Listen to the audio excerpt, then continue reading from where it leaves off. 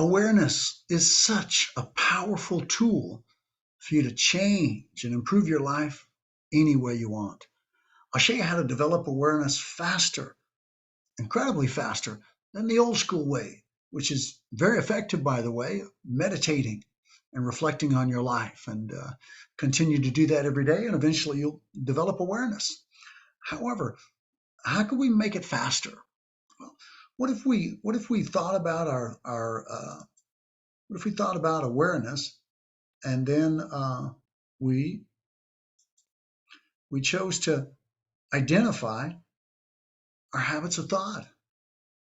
What if we looked at our life as taking care of ourselves, or interacting with people, and interacting with the economy, and we put all of our thoughts about these needs and desires that we need to attend to? And what if we listed them during the week? Well, I think this group on the weekend, or during the week, I think these thoughts, and I start recording them. When you're at work, what do you believe about your earnings? What do you believe about your knowledge and your skill and your effort and your focus and your commitment while you're at work, and saving and investing? Well, these habits of thought that you think about your earning and your saving, your investing, or your habits of thought that you think about, yourself and family, friends, and coworkers, or social groups, whatever you think about when you're thinking about those people, that's determining the quality of your life. Those thoughts, those thoughts are expressions of what you believe. And when you're able to identify thoughts and let go of any emotional attachment, because it's important, right? And you want to instead think about thoughts like a scientist and go, okay, well, I have a self-talk habit, right? There's one of these at a time. This is the positive version. This is the negative version, right?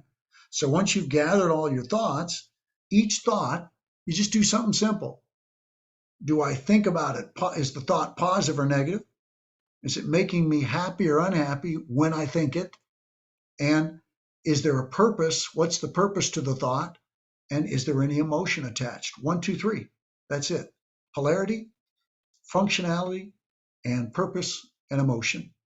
So when you do that about your thoughts, if you find yourself explaining why you're a few pounds overweight, or your body isn't this way than you'd like it to be, those thoughts are reinforcing that reality. In case it's weight loss, instead of how tall you are or short you are, which you need to change that thought.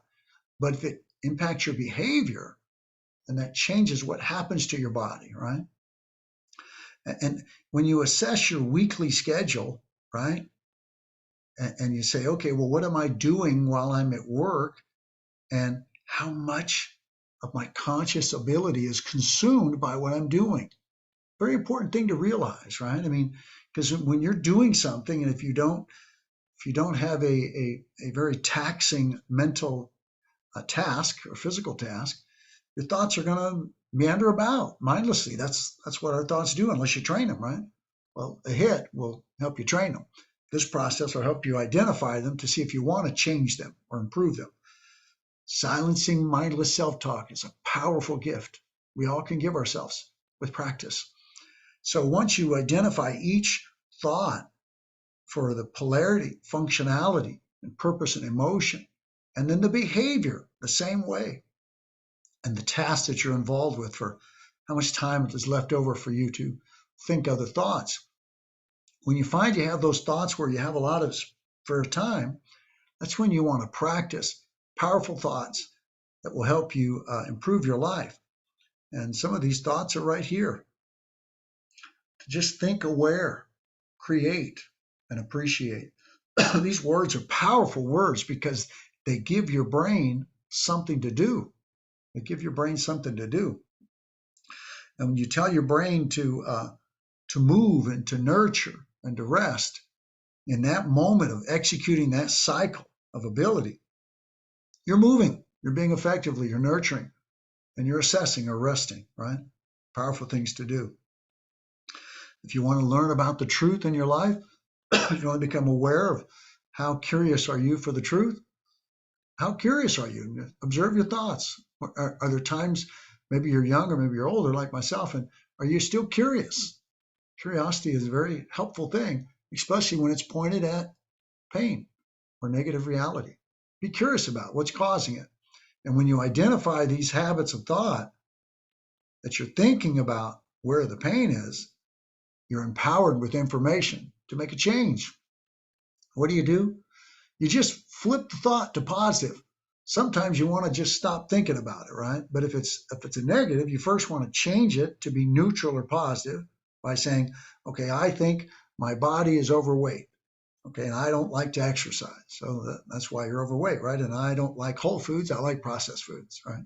So those thoughts are causing you to eat food that will put weight on you, and you're not exercising, so you're not burning the calories, so you're overweight, right? Simple, cause and effect, right? Well, if you think, okay, well, I want to be physically fit, even though I'm getting older, I want to have a more fit body and have more energy and look better too, so I feel better about myself. So, okay, well, then I need to want to exercise. Yee, right? But that's the thought, right? If you want to exercise and you start exercising, guess what? You're going to lose weight. You're going to start losing. The more you do it, the more you're going to change. Well, that same movement, nutrition, and rest that applies to your body, right? That's your body. Now you're assessing those habits of thought to become aware of them because you're identifying all of them from Sunday morning to Saturday night. And you identify what you think about each area of your life, and you find the thoughts that are causing you not to fulfill need and desire, which causes you to usually get up and move in an effective way that completes the task. Same with interacting with people, right? You need to interact with people in a positive way that nurtures them, is positive to them, so you can feel good about your interaction with them.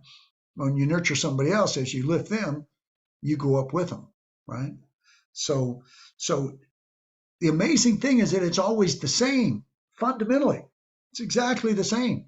To take care of your relationships with people, or to take care of your relationships in the economy and your financial reality, it's always going to be moving effectively, and then assessing how you're doing, and moving, and then be effective and assess how you do, and then appreciate the fact that you're moving and assessing to be effective. And when you're done, you rest, move on to the next task.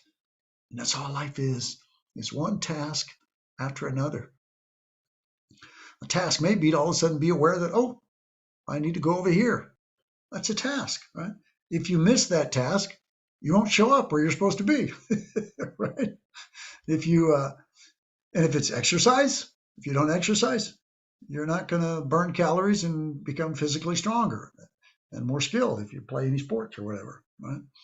So making money.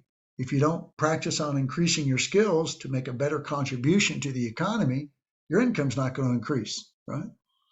If you're at school and you choose not to study on topics that are important about life, like physics, they don't teach physics enough early in life.